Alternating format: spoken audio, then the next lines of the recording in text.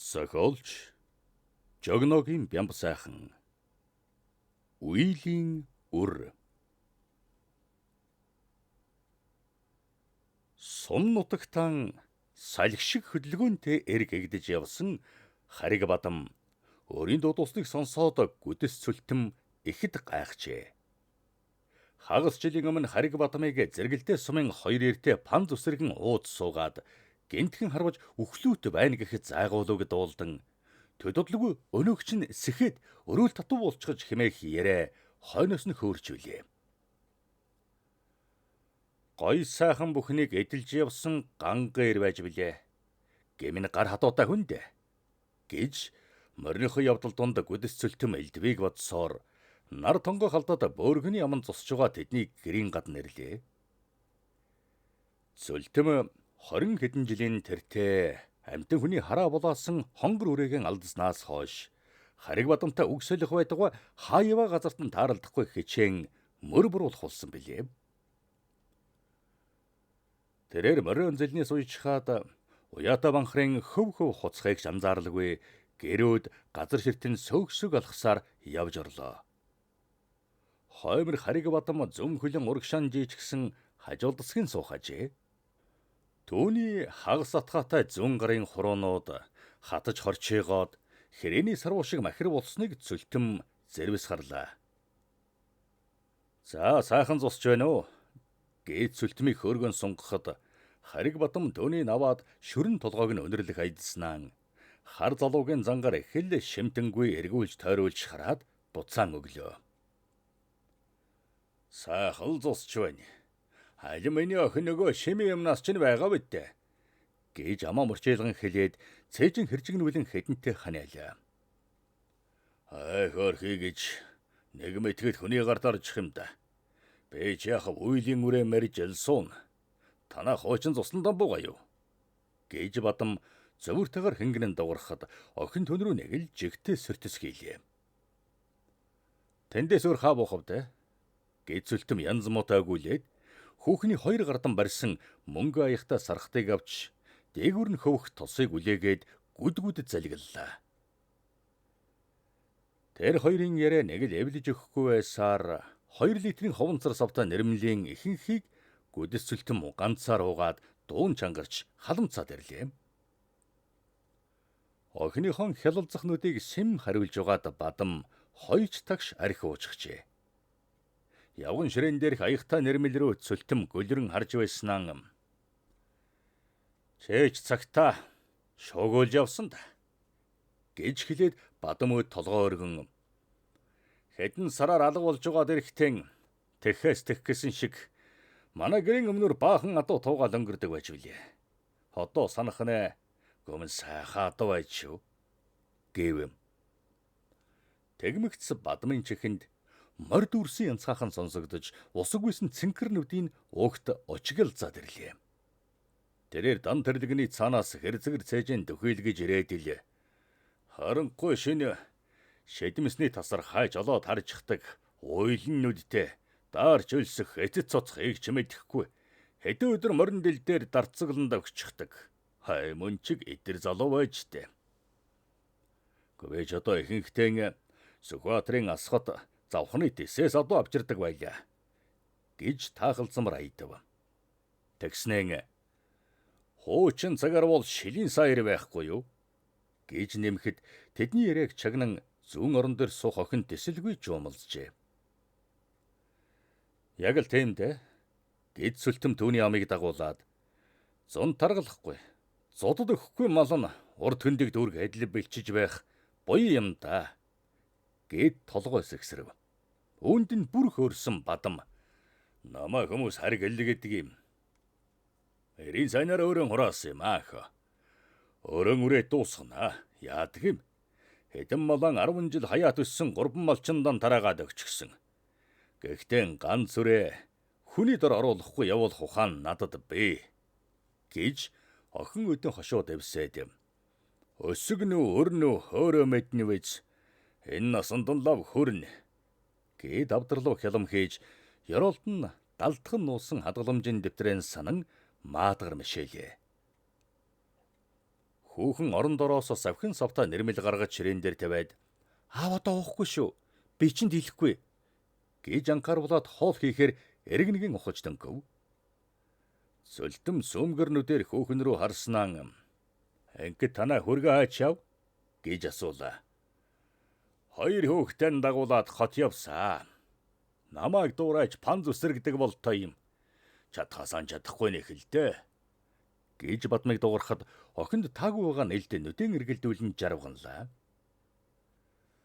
Сүлдэм өд хариг Бадам харцаараа дохиход цаадах нь хүүхнийг буруу харах хооронд аяганд нь архинаас хийлээ. Бадам аягтайгаа бошуухан аваа залгилчихав. Тэгээд амаан арчаад мөрөөн ганхуулан хөдөлгөж "Ганжуур данжуур байлаач бишрэн нүгэ тоорой. Ходог товилган байлаач мөргөн нүгэ тоорой" хэмээн гингэнэж дуулмар айдав.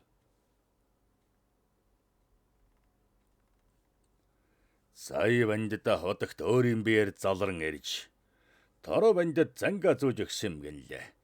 Ёстой л жинхэнэ шилийн сан ир байж та гэж хариг Бадам бутналаа.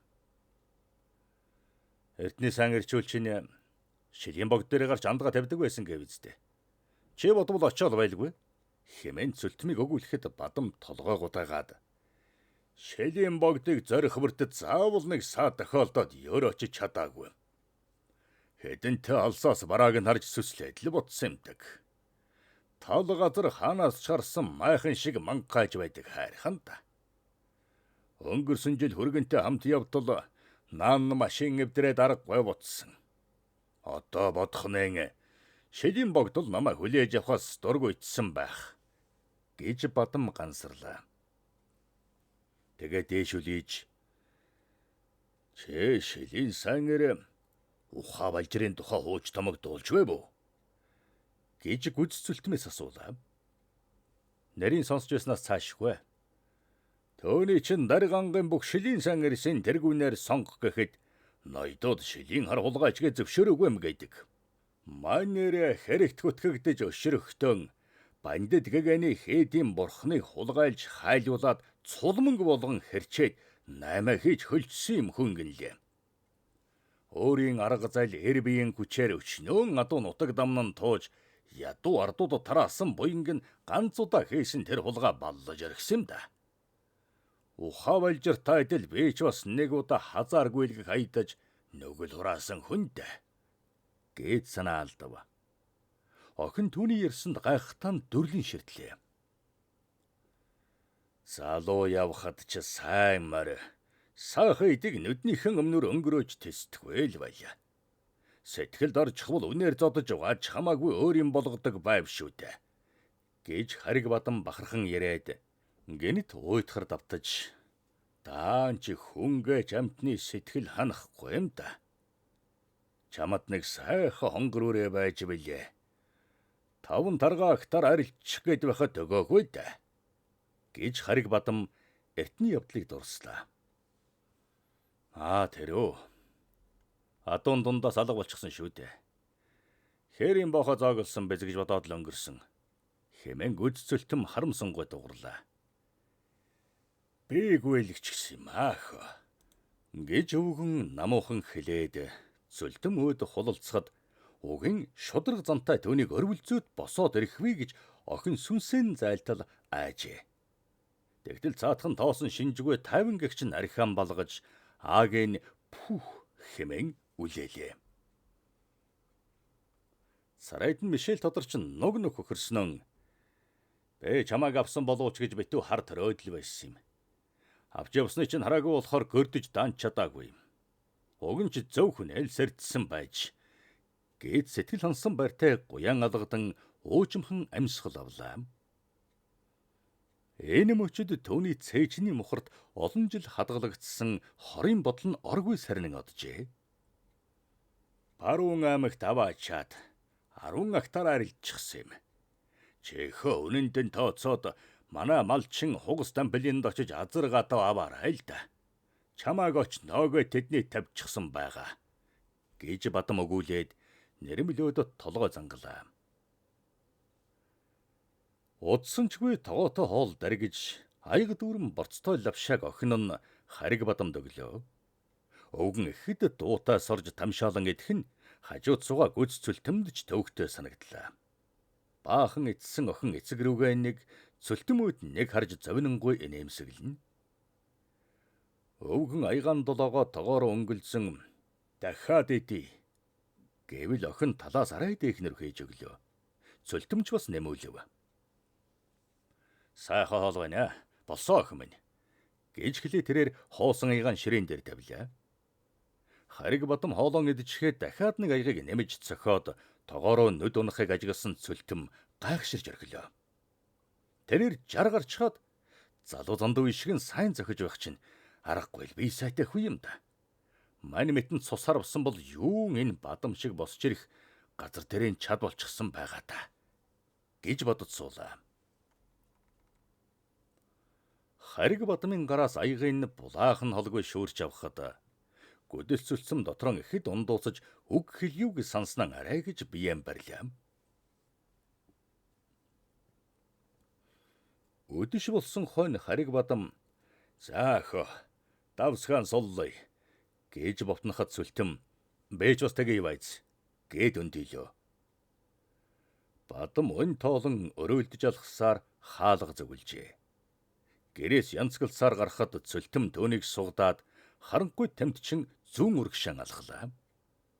Гэрээс нэлээд холдосны хойно "Болно" гэж бадам гөвтнээд тэнгэр өөд ширтэн төөнийг өрн дуудах мэт анивилзах одод руу харан шүүс алдлаа. "Хормой сөхөж байгаач" гэж бадмыг шивнэхэд цөлтөм төөний дээлийн хормоноос атхан дээшин шуулаа. Харигбадамын морь харах нь саржигнан сонсогдох аваа. Тэхмөртлөн унгас алдах ажээ. Гүдэс цөлтөм дэрхэн зуурт "Үгүнгалгүй 20 жил болж хоод ганц зэрэгтэй дийлэнх нь хормойг барайж шээлгүүл зогсох ёстой гэж. Ёстой л нэг хүний төрөг гэж энэ байх та" хэмээн ганхран боджээ. Тэгээд түүнийг суудан гангар гонгор ярьсаар гэр өөд сажлав. Гүдэс цөлтөм өвгний орны өмнөр газар дэвссэн гудсан дээр дээлийн нэмрэн хажуултахаар хэвтлээ. Бадамтай элдвийг хүүрнэж байгаа давсанд таг явжээ. Шөн дунд гэнтхэн хөлд орн нэгэм торжигнох шиг болоход цөлтөм зочин сэрлээ. Яхаргүй хөлийн харалдаа төмөр хятнах мэт чимээ гаргажээ. Тэрээр өндийд суугаад хоолоо заснан "Хэмбэ" гэд сөнгдөө өнгөөр аяархан дуурвал охины хэвтэж байгаа орноос гарч идэнгийн гэрэл мэлсхийн туслаа. Гэнт тассан хурц гэрэлд аргалын дөрвөлж дээр тавьсан тогоотой хоолноос Харигбадам гараараа самардан эдэд суухыг хараад айсандан гүдэс цөлтөм золтой л орилчихсангүй. "Хүй аав" гэж охин дуу алдаад дээлийн халтхан нөмрөө түүн рүү ухсхийлээ. "Өлсөөдөө" гэж бадам ердөөн тоосон шинжгүй өгүүлэх ажээ. "Уучлаарай цөлтөмгөө. Харвснасаа хойш аав маань хичнээн эдсэн ч сэтгэлэн цатгаан байчихсан юм. Мэдрэлийн өвчин гинлээ" хэмээн охин өгүүлсээр өвгнийг сугдан босгоод оронд нь хэвтөвлөв. Эргээд хэвтсэн боловч гүдэс цөлтмийн нойр хулжиж үүр цайтал хөрвөөлөө. Төөний толгойд Харигбадамын хэлсэн "Үйлийн үрээн мэрж сундаа" гэсэн үгс бодогдоод ер болж өгсөнгүй.